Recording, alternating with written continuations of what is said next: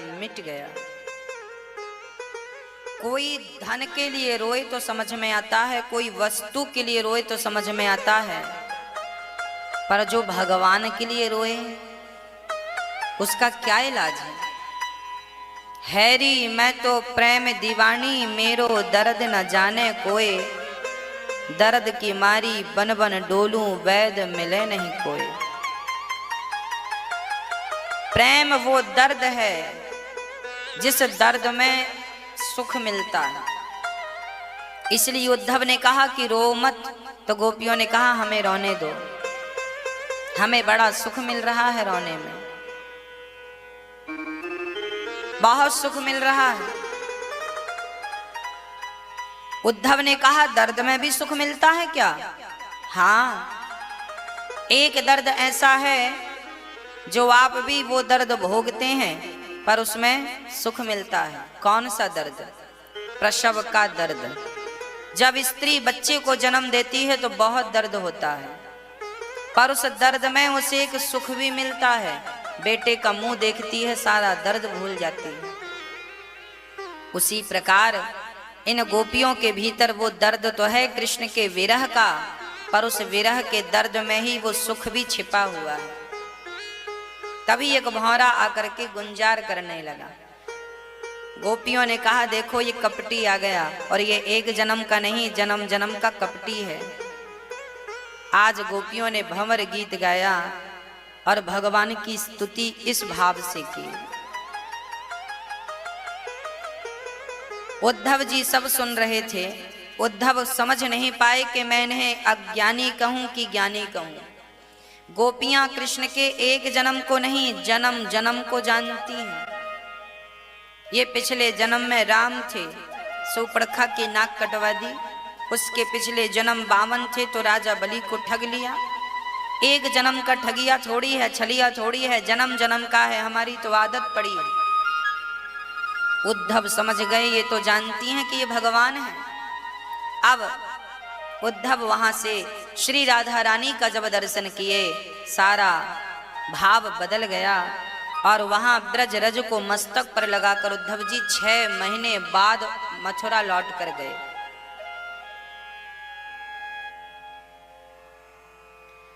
जब मथुरा आए तो श्याम सुंदर ने देखा उद्धव जी की हालत अच्छी नहीं थी। पूरा बालू से रज से लिपटे थे।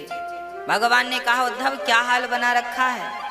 बोले कृष्ण आपके प्रेमी यहाँ नहीं, वृंदावन है, चलो वहीं, यहाँ कुछ मिलने वाला नहीं। हाथ पकड़ कर ले जाने लगे। भगवान ने कहा क्या हो गया, तुम तो ज्ञानी थे। याद रखना भगवान को प्राप्त करने के 2 मार्ग हैं, एक ज्ञान मार्ग है, एक भक्ति मार्ग है। दोनों अच्छे हैं पर ज्ञान मार्ग थोड़ा कठिन है, बंदर के बच्चे जैसा है, जबकि भक्ति मार्ग बिल्ली के बच्चे जैसा है। बंदर का बच्चा हमेशा अपनी माँ को पकड़ता है, बंदरिया कम ही पकड़ती है बच्चे को। इस पेड़ से इस पेड़ पर बंदरिया छलांग लगाए तो माँ बच्चे को नहीं पकड़ती, बल्कि बच्चा माँ को पकड़ता है। यदि उस बच्चे की पकड़ कमजोर हो गई तो गिरने की भी संभावना है। उसी प्रकार ज्ञानी अपने ज्ञान से भगवान को पकड़ता है। कभी अहंकार आ गया तो पकड़ कमजोर हो सकती है और भक्त का पतन हो सकता है, गिर सकता है। पर बिल्ली का बच्चा सुरक्षित है। बिल्ली का बच्चा भी जब जन्म लेता है तो उसकी माँ 7 घर घुमाती है, तब कहीं जाकर बिल्ली के बच्चे की आंख खुलती है। आप भी जब 7 दिन की कथा सुनेंगे तो आपकी भी आंखें खुल जाएंगी। भक्तों, बिल्ली अपने बच्चे को पकड़ कर जाती है, बंदरिया तो बच्चे को नहीं पकड़ती, बच्चा माँ को पकड़ता है। पर यहाँ बिल्ली बच्चे को पकड़ती है, बिल्ली का बच्चा माँ को नहीं पकड़ता है ना, अपोजिट है, उल्टा। बिल्ली अपने बच्चे को पकड़ती है, बच्चा बिल्ली को नहीं पकड़ता। और पकड़कर 1 घर जाती है, 2 घर जाती है, मुंह पे दबा के भाग जाती है बिल्ली अपने बच्चे को। अब बताओ कौन सा बच्चा ज्यादा सुरक्षित है, वो जिसने माँ को पकड़ रखा है वो, या जिसे माँ ने पकड़ रखा है वो? एक ने माँ को पकड़ रखा है और एक को माँ ने पकड़ रखा है, कौन ज्यादा सुरक्षित है? जिसे माँ ने पकड़ रखा है। तो ज्ञानी बंदर के बच्चे जैसा है, ज्ञानी भगवान को पकड़ता है। और मैं आपसे निवेदन करूं कि तुम्हें कभी भगवान मिल भी जाएं तो भगवान को मत पकड़ लेना।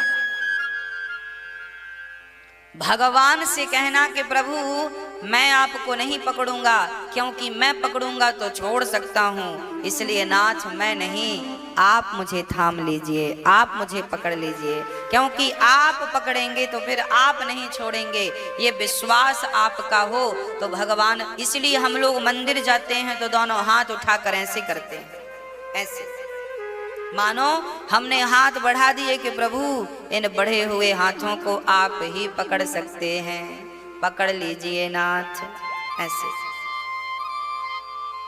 पकड़ लीजिए।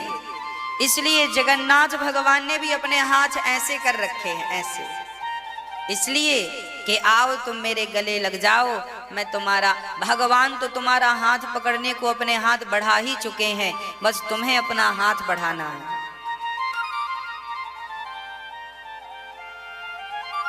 तो भगवान उद्धव को नहीं, गोपियों को प्राप्त भय। जब उद्धव का अहंकार मिटा तब उद्धव समझ पाए कि ये कौन है। इसलिए मैं आपसे निवेदन बार बार रोज ही करता हूं कि आप कभी भी अपने अहंकार को मत बढ़ने दीजिएगा।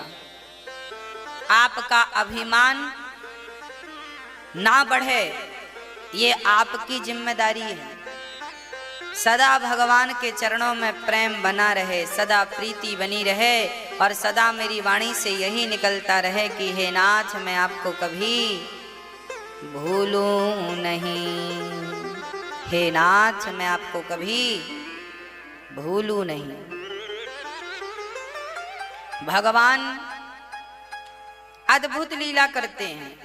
भगवान श्री कृष्ण का विवाह रुक्मणी जी से हुआ।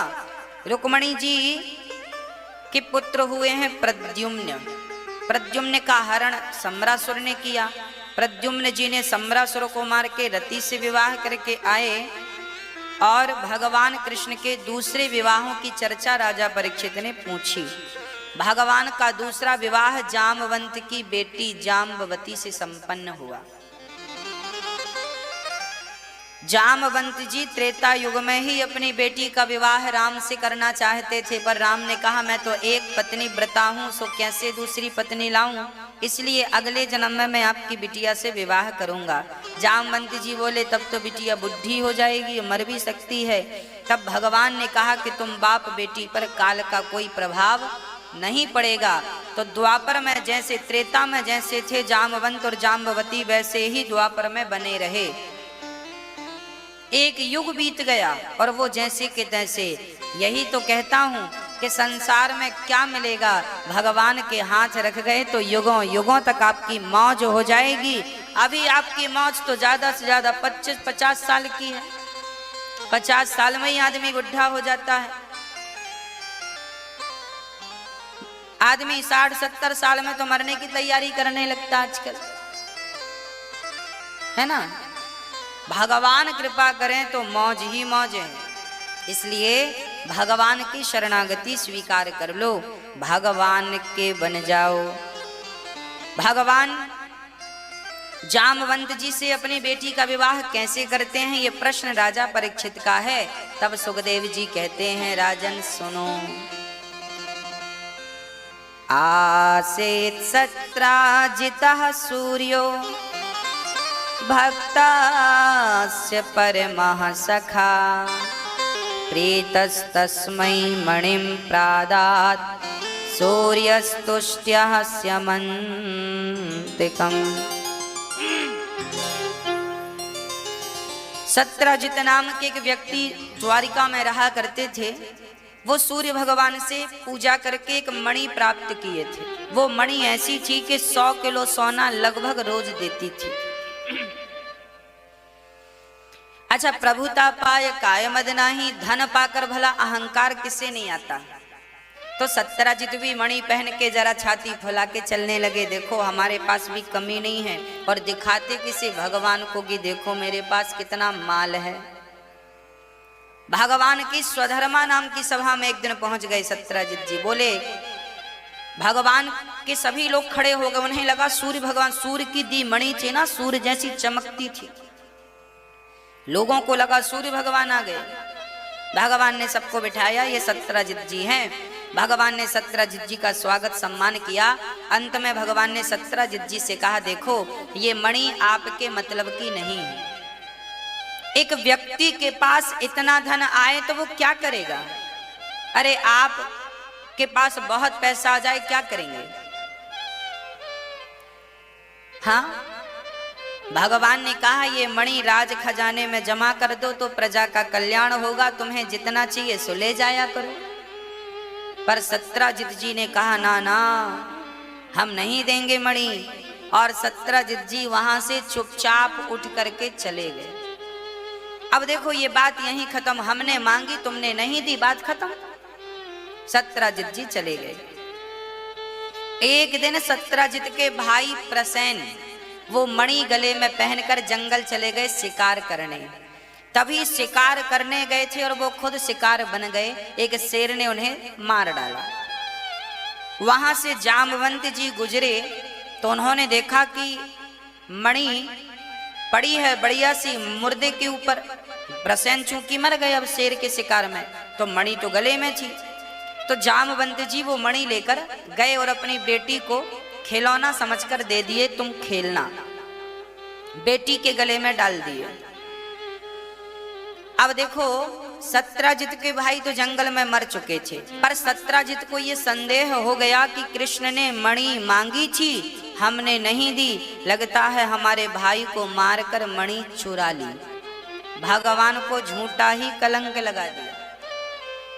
कई बार ऐसा होता है, हमारे आपके माथे पे झूठा कलंक लग जाता है। क्यों लगता है? रामचरितमानस में लिखा है, जो गणेश चतुर्थी की चंद्रमा का दर्शन करते हैं उसे झूठा कलंक लगता ही है। इसलिए गणेश चतुर्थी की चंद्रमा को नहीं देखना चाहिए। जिस दिन गणेश जी रखे जाते हैं ना, गणेश चतुर्थी को, ये बात रामचरितमानस में भी लिखी है। क्या लिखा है? जो आपन चाहे कल्याणा, सुजसु सुमति शुभ गति सुख नाना। सो पर नारी लीलारे गुसाई, तजाऊं चौथ की चंद्र की नाई।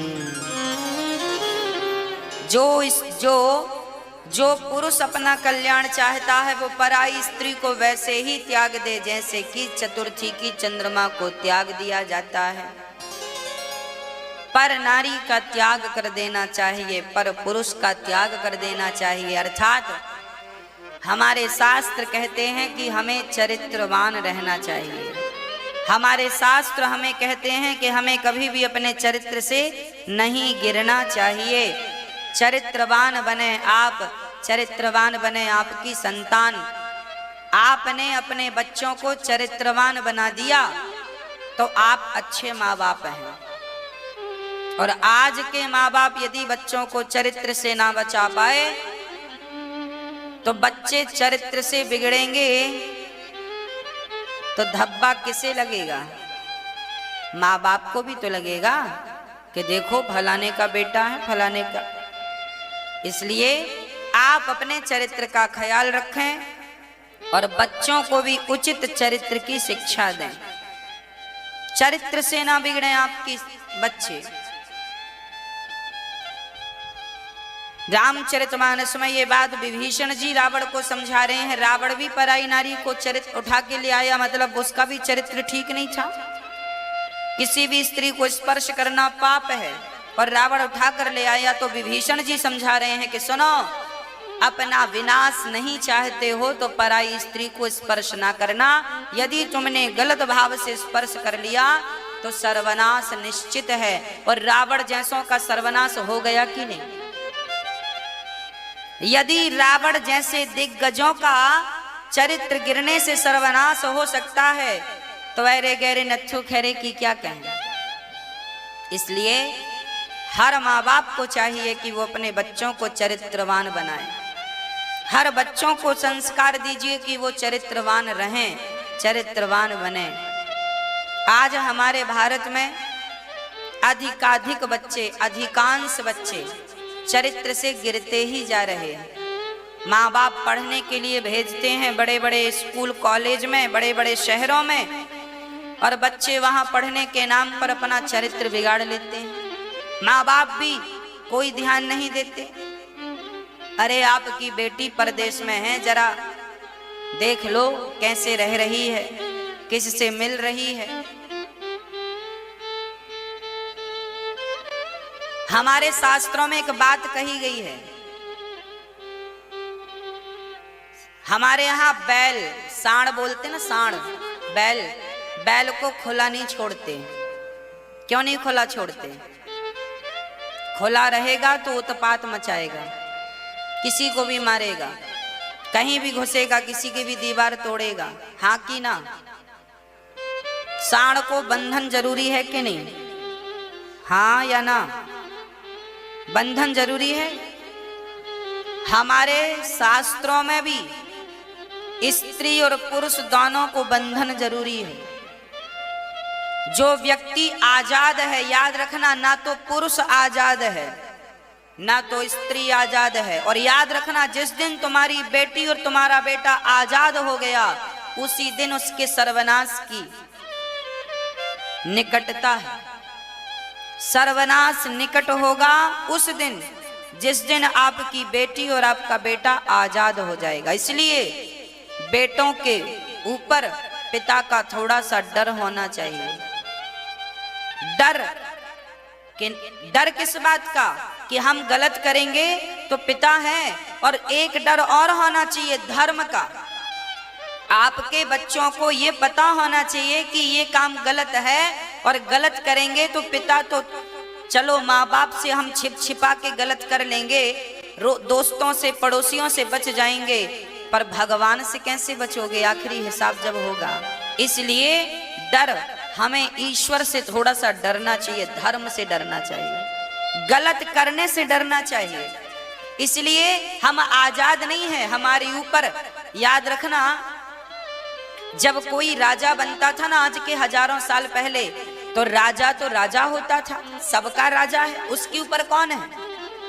तब राजा के ऊपर मोर का पंख, मोर का लंबा सा पंख राजा की पीठ में महाराज गुरुजी मारते थे। गुरुजी राजा की पीठ में मोर का पंख, 2 पंख मारते थे, सिर पे 2 पंख मारते थे। इसका अर्थ क्या है? वो गुरु राजा से कहा करता था, राजन सारी दुनिया अब तेरे नीचे है, पर तेरे ऊंचे, ये तेरे ऊपर देखिए जो मैं दंड मार रहा हूं, ये काल का दंड है, अर्थात तेरे ऊपर अब केवल भगवान है, तो भगवान से बच के रहना, क्योंकि उसकी अदालत में जब हिसाब होगा तो बचेगा कोई नहीं। बेटियों के बारे में लिखा है कि लड़की जब छोटी होती है तो पिता के संरक्षण में होती है। हाँ या ना? बोलो। जब बेटी जवान होती है, शादी होती है, जब तक बिटिया की शादी ना हो जाए तब तक बेटी की सुरक्षा माँ बाप की जिम्मेदारी है। आपकी बेटी यदि बिगड़ गई तो बेटी की गलती केवल 40% है, 60% गलती माँ बाप की मानी जाएगी। कहां थे तुम? अंधे हो गए थे क्या? क्यों नहीं ध्यान दिया?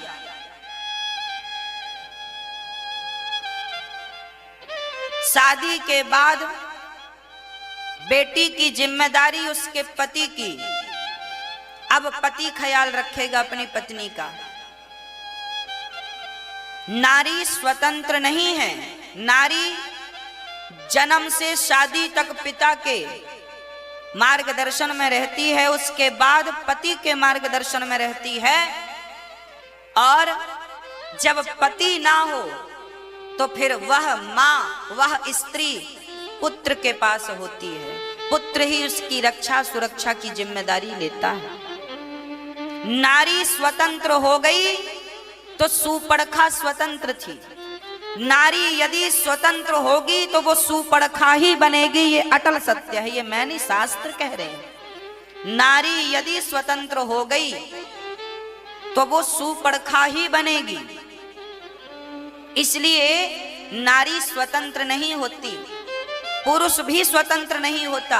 ना मैं स्वतंत्र हूं ना आप स्वतंत्र हैं। मेरे ऊपर भी माँ बाप हैं और माँ बाप के ऊपर भी मेरा परमात्मा है जो मुझसे हिसाब लेगा। और तुम्हारे ऊपर भी तुम्हारा पिता है, तुम्हारा पति है, तुम्हारा पुत्र है।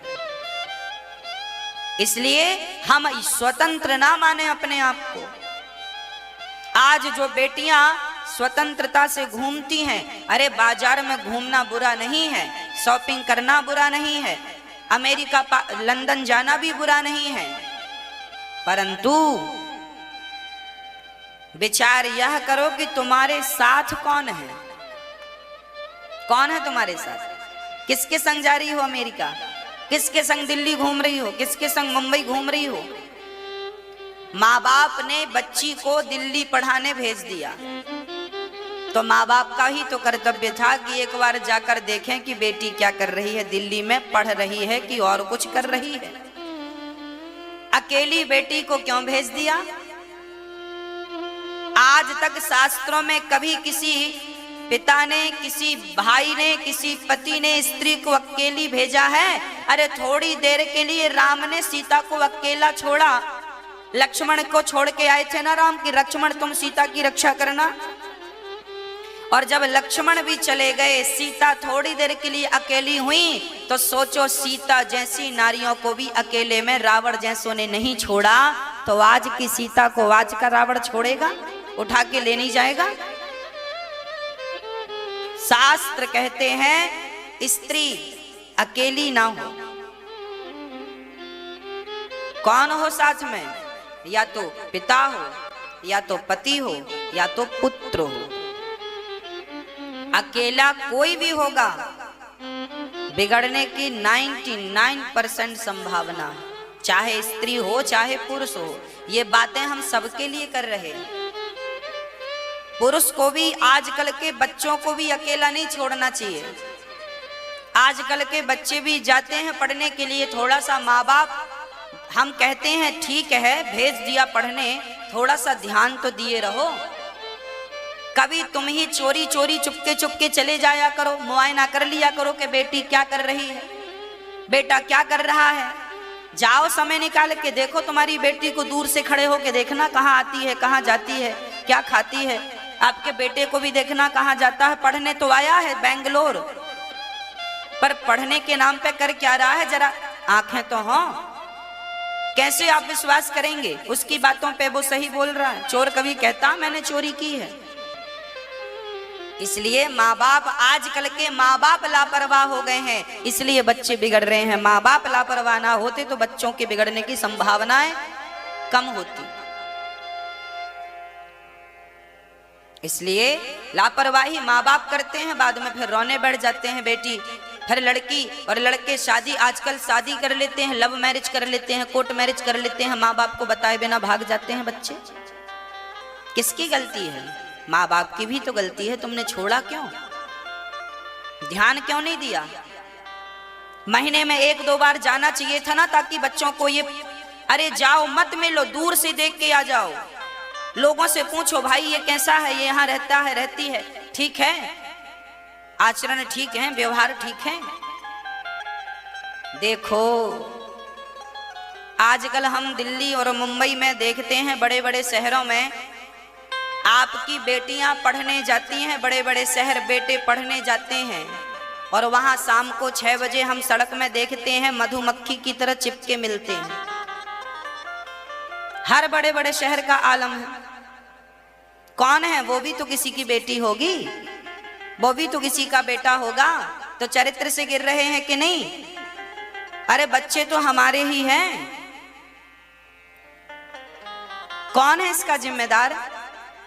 बंबई में हम समुद्र के किनारे गए एक बार, वहां कार्यक्रम था तो हम गए, चलो भाई समुद्र का दर्शन करे आवे। समुद्र का दर्शन गए करने तो वहां पे बहुत सारे लड़का लड़की बैठे, सब प्रकार से वहां पे छूट है। हजारों की संख्या में, एक दो नहीं हजारों की संख्या में लड़का लड़की वहां बैठे।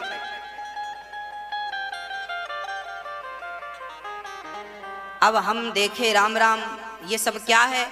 बोले ये बच्चे आते हैं पढ़ने के लिए छोटे छोटे शहरों से बड़े शहर, हमारी बेटी बड़ी बन के आएगी। ये बड़ा है, ये बड़ी बन रही है। आपको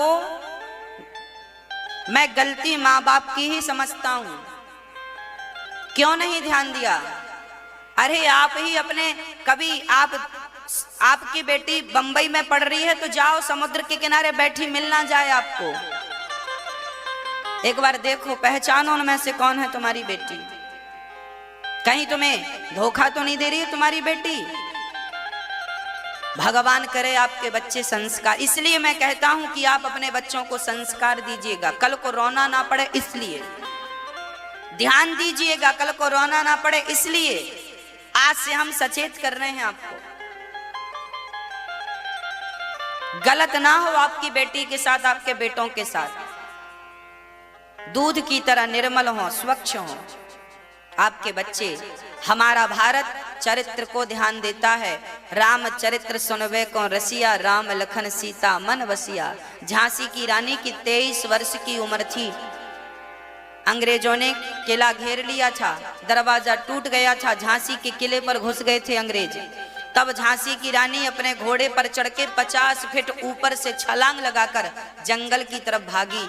अंग्रेजों ने पीछा किया। जब जंगल में पहुंची तो भागते भागते अंग्रेज ने गोली मारी, तो गोली जाकर के उसके घोड़े के पांव में लगी और घोड़ा गिर गया। गोली लगी, घोड़ा मर गया। अब घोड़ा मर गया है, अब भागे कैसे? चारों तरफ से अंग्रेजों से घिरी थी झांसी की रानी। तब वहां जंगल में एक महात्मा जी बैठे ध्यान कर रहे थे भगवान का। उनकी घास की कुटिया थी। उस घास की कुटिया को, उस घास को अपने ऊपर डाल लिया झांसी की रानी ने और उस घास में आग लगा दी। झांसी की रानी जिंदा जलने लगी तो वो साधु बोला, बेटी क्यों जिंदा जल रही है?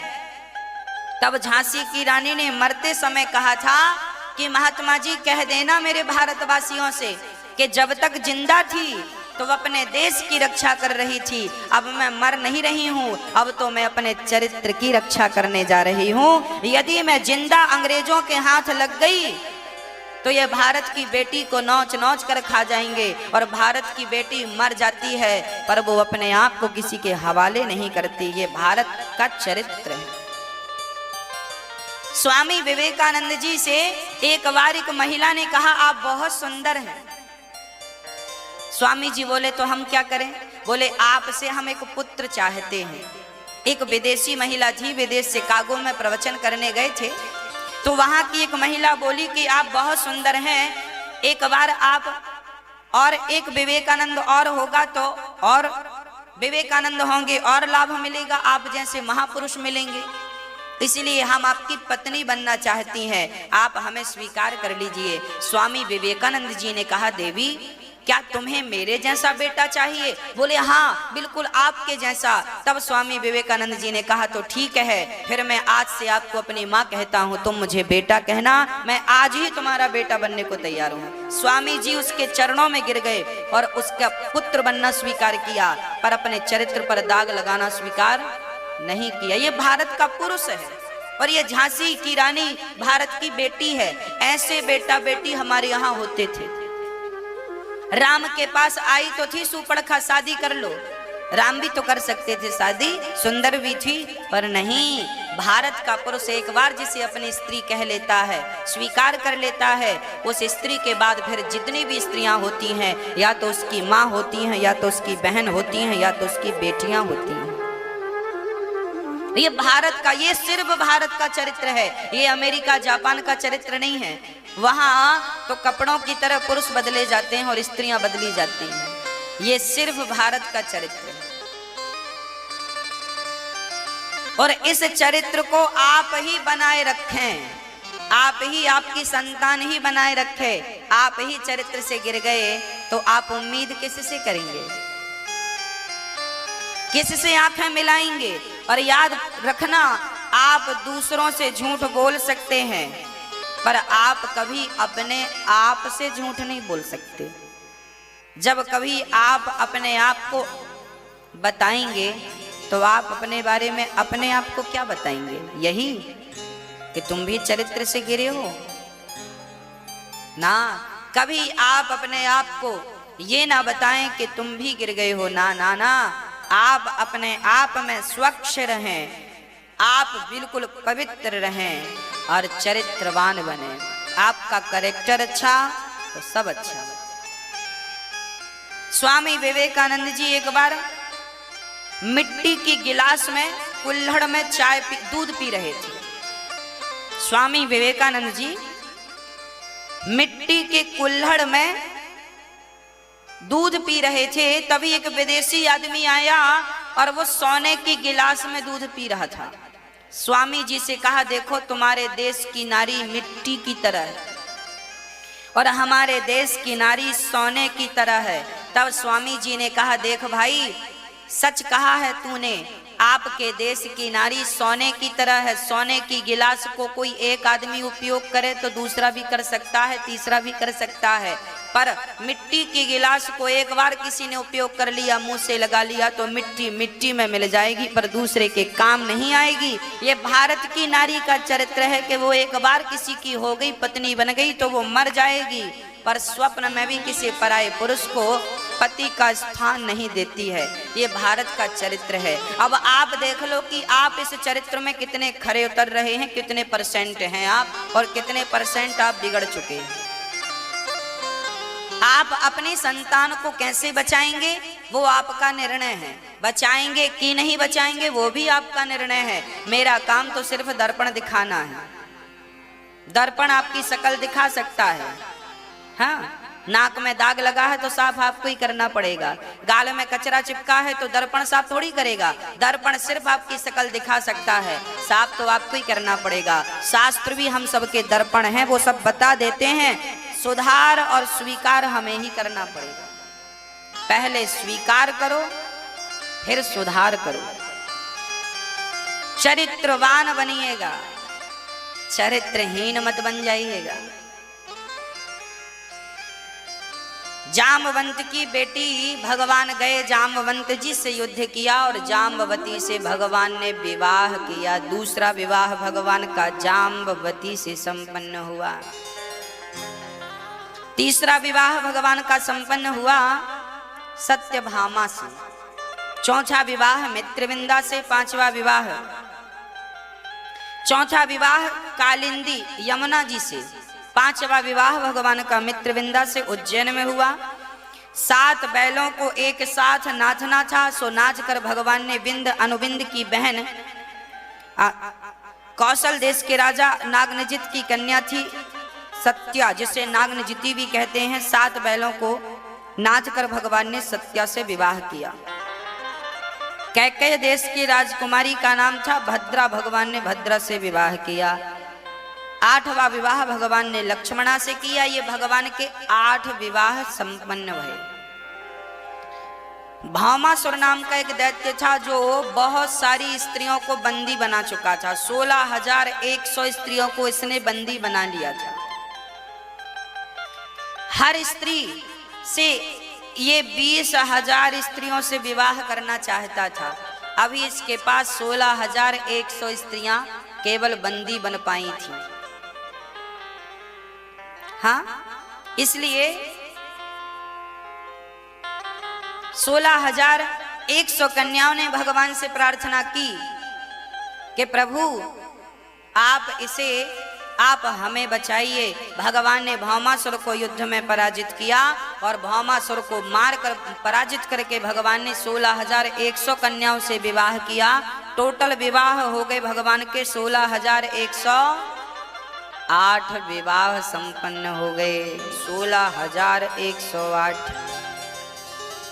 भगवान की गृहस्थी बहुत बड़ी है। इतने सारे विवाह भगवान के संपन्न हो गए, देखो तो इतने आनंद से भगवान, अच्छा इतने विवाह हो गए फिर भी भगवान प्रसन्न है। और आजकल थोड़े एक ही विवाह हो जाए तो आदमी परेशान हो जाता है। आज हम गृहस्थियों को देखते हैं, बड़े परेशान हैं, रो रहे हैं, परेशान हो रहे हैं, एक पत्नी नहीं संभल रही है।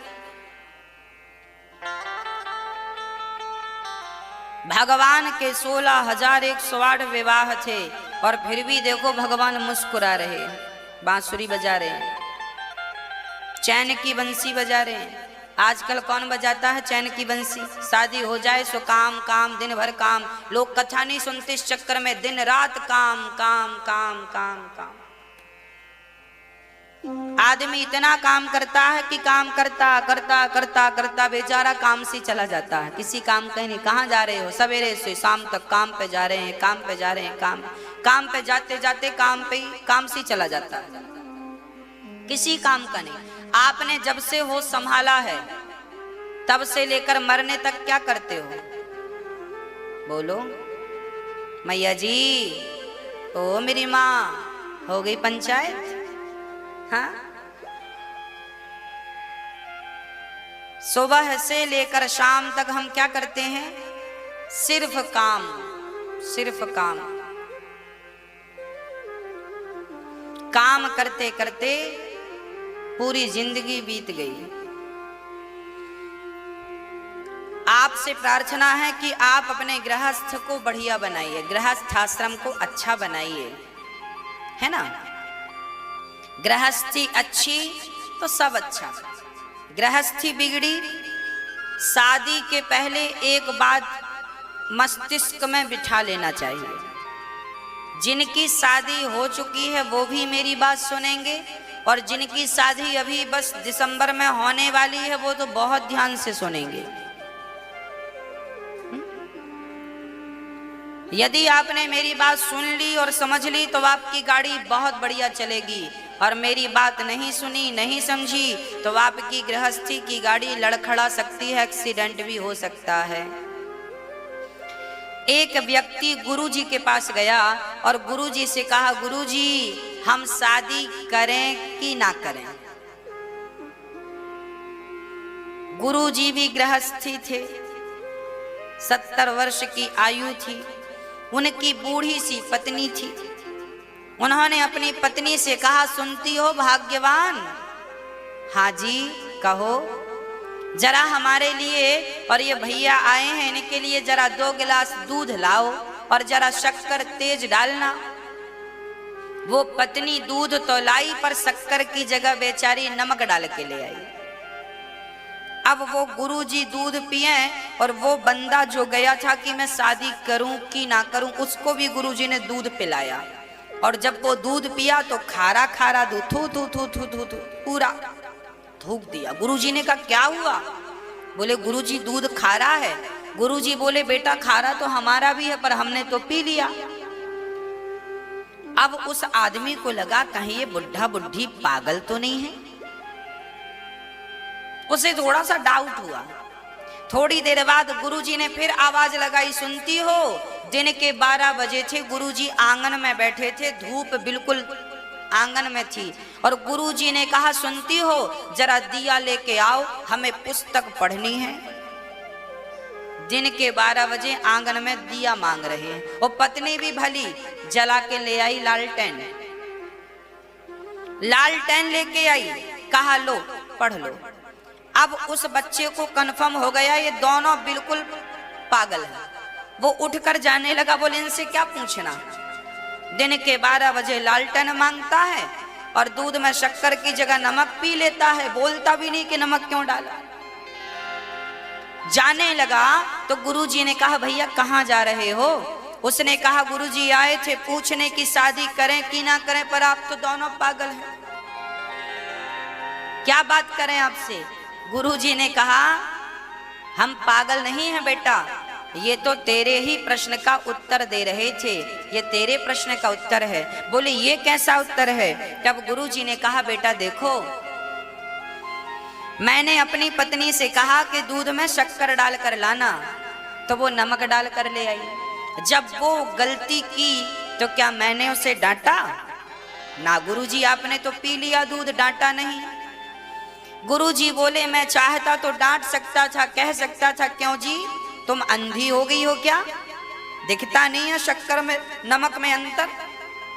गुरुजी ने कहा छोटी छोटी गलतियां उसने की तो देखो मैंने कुछ नहीं बोला, और दूसरी बार मैंने दिन में दिया मांगा तो वो बोल सकती थी ना कि क्या अंधे हो गए हो, दिखाई नहीं पड़ता जो दिन को दिया मांग रहे हो? वो मुझे बोल सकती थी, पर उसने भी नहीं बोला, सीधे लाकर दिया रख दिया। इसका तात्पर्य यह है बेटा, जब तुम एक दूसरे की गलतियों को माफ करना सीख जाओ और तुम्हारे भीतर सहनशीलता आ जाए, सहनशीलता आ जाए, पत्नी की गलतियां सहन करने की आदत आ जाए, बच्चों की गलतियां भी सहन करने की आदत आ जाए, जब तुम सहनशील हो जाओ तब शादी कर लेना, नहीं तो शादी मत करना, रिश्ते टूट जाएंगे। शादी करना तब जब पत्नी और पति दोनों एक दूसरे की बातें सहन करना सीख लेना तब। इस संसार में ऐसा कोई नहीं है जिस पुरुष को सुनना ना पड़े, और कोई स्त्री ऐसी नहीं है जिसे भी सुनना ना पड़े।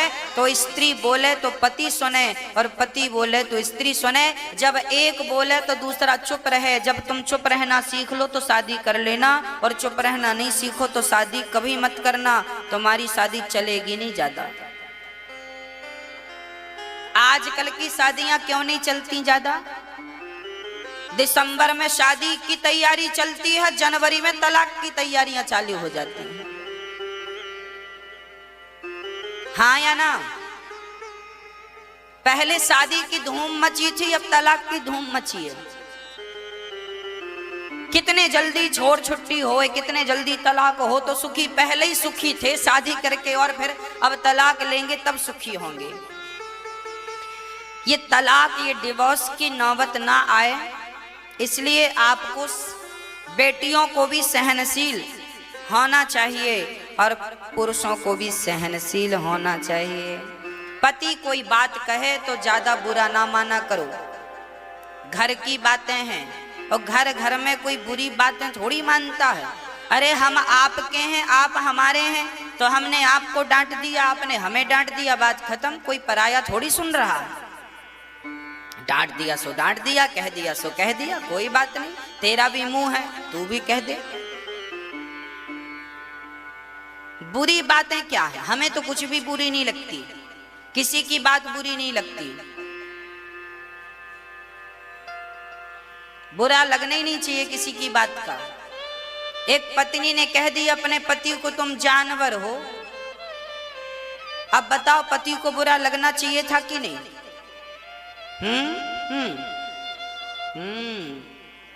क्या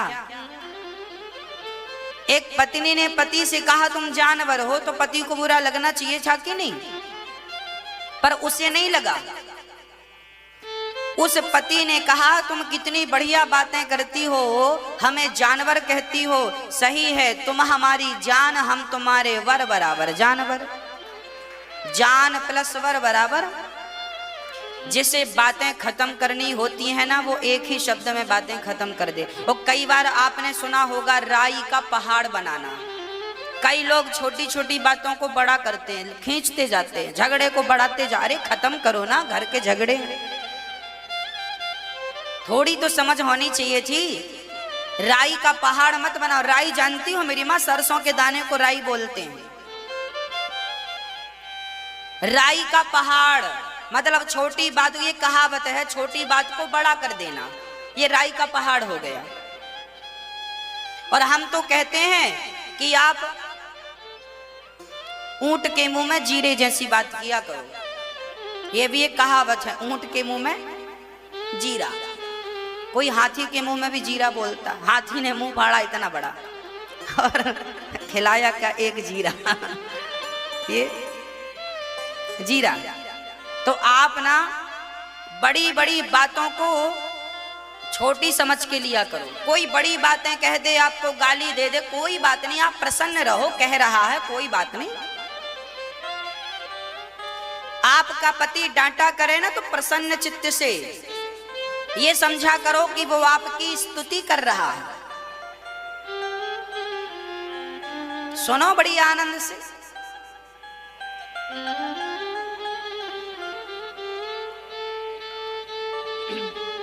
भाई आप लोग कभी कभी खट्टा खाना चाहते हैं कि नहीं?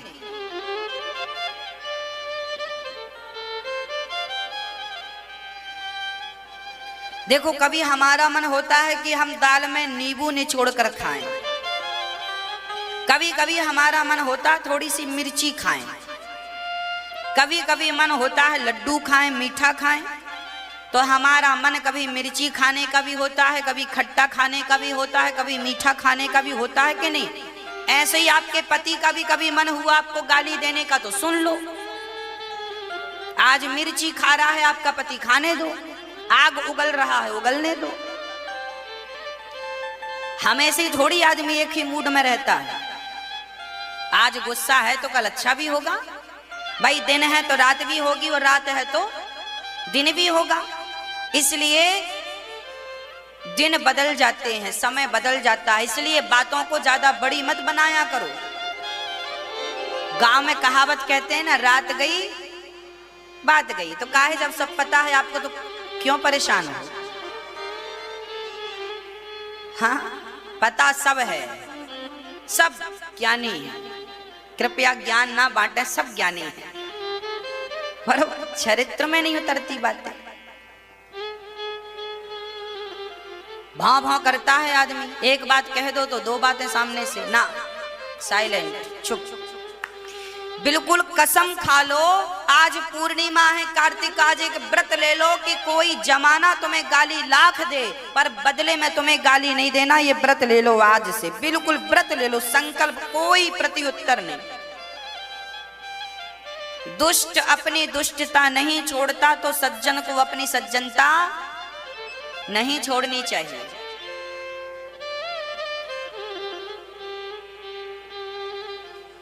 भगवान अपनी पत्नी रुक्मणी के संग बड़ा प्रेम से रहते हैं। आप भी जरा प्रेम से रहा करो।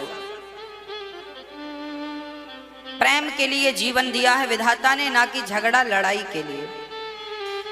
फिर अनिरुद्ध और उषा का विवाह का वर्णन है। चित्रलेखा के द्वारा उषा अनिरुद्ध का विवाह संपन्न हुआ। ये भगवान के पौत्र, भगवान कृष्ण के पुत्र का नाम था प्रद्युम्न, प्रद्युम्न के पुत्र का नाम था अनिरुद्ध। हाँ, हम भगवान के रिश्ते में नाती लगते हैं।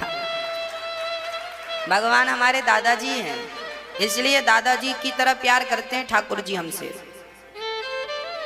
नातियों पर ज्यादा प्यार होता है, इसलिए ठाकुर जी का हम पर ज्यादा प्यार है।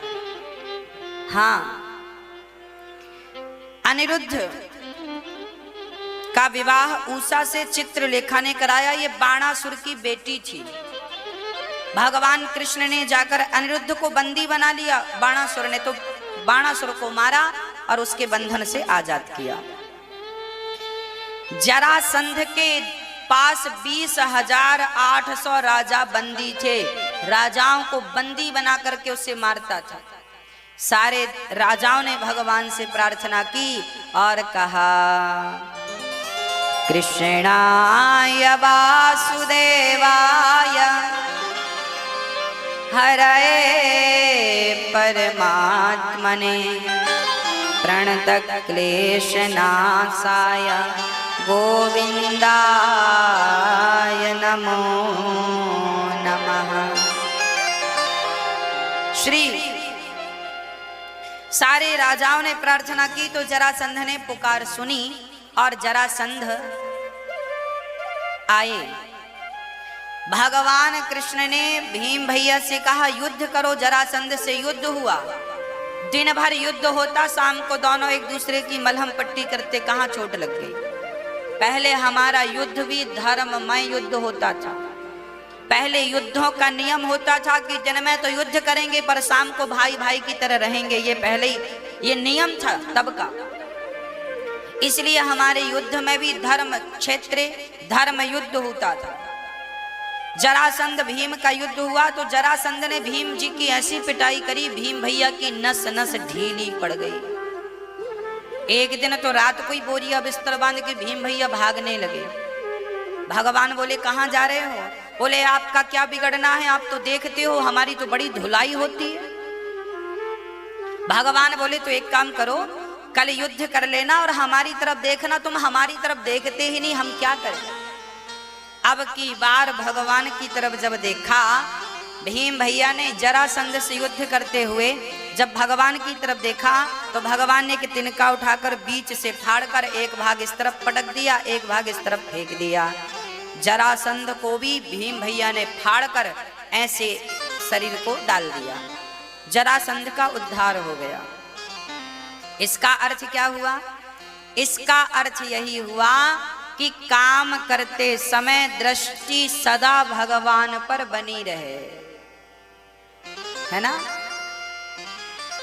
कि काम करते रहो, नाम जपते रहो, मन से गोविंद गोपाल गाते चलो। काम बराबर करना, पर काम करते समय भगवान का स्मरण ना भूले। भीम भैया ने युद्ध तो किया जरासंध से, पर युद्ध करते समय देखा किसे? भगवान को। और जब भगवान को देखा तो विजय मिल गई, जीत गए। सीधा अर्थ है कि जब हम काम करते समय भगवान पर दृष्टि रखते हैं तो हमारी ही विजय होती है, हैं? सदा हमारी विजय होती है। काम जरूर करिए पर दृष्टि भगवान पर। काम करते समय भगवत चिंतन करते रहा करो। रोटी बनाते जाओ और भगवान का चिंतन करते जाओ। स्नान करते जाओ, भगवान का चिंतन करते जाओ। संसार का काम करते जाओ, भगवान का चिंतन, नाम जपते जाओ। क्या बिगड़ रहा है? गाड़ी चलाओ और सीताराम सीताराम कहते जाओ, राधे श्याम कहते जाओ, भगवान का चिंतन करते, बिहारी जी का दर्शन करते जाओ। काम कोई नहीं छोड़ना, पर काम के साथ भगवत चिंतन बना रहे। और आप शांति से जब भी समय मिले, सुबह दोपहर शाम, तो आप अपने घर